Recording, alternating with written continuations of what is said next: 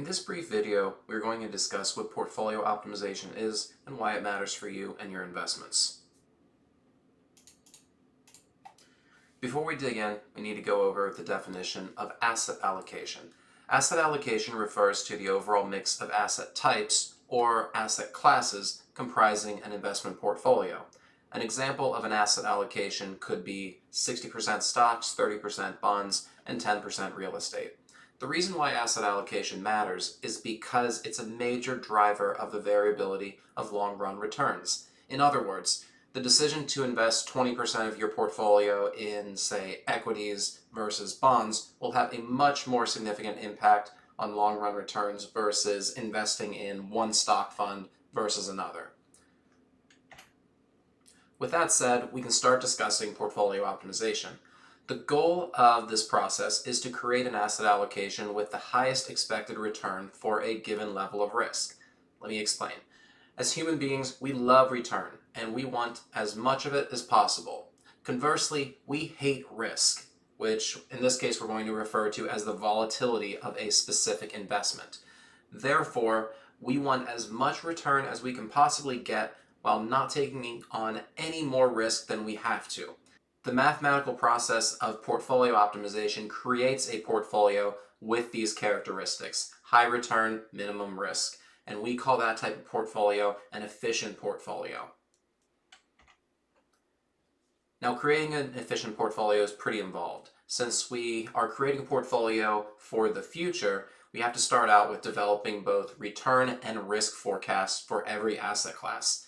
I create my forecast for the next 10 years, and I take into account lots of different considerations, including economic growth rates, cash flows, stock valuations, bond valuations, currency valuations, inflation, default rates, and stock buybacks.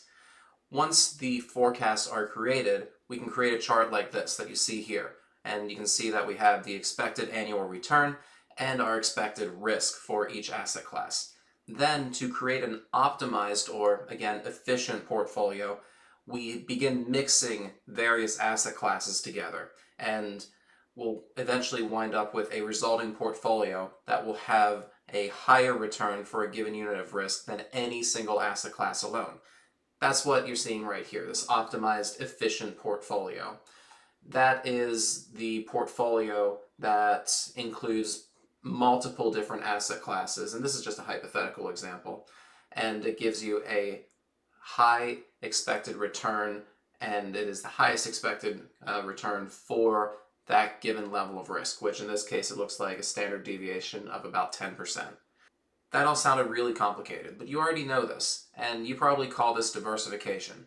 All portfolio optimization is a process that uses an objective mathematical approach to maximize and quantify the benefits of diversification. Lastly, just some notes. Portfolio optimization is relatively uncommon. There aren't that many professionals that create portfolios that are optimized. Why? Well, it's difficult.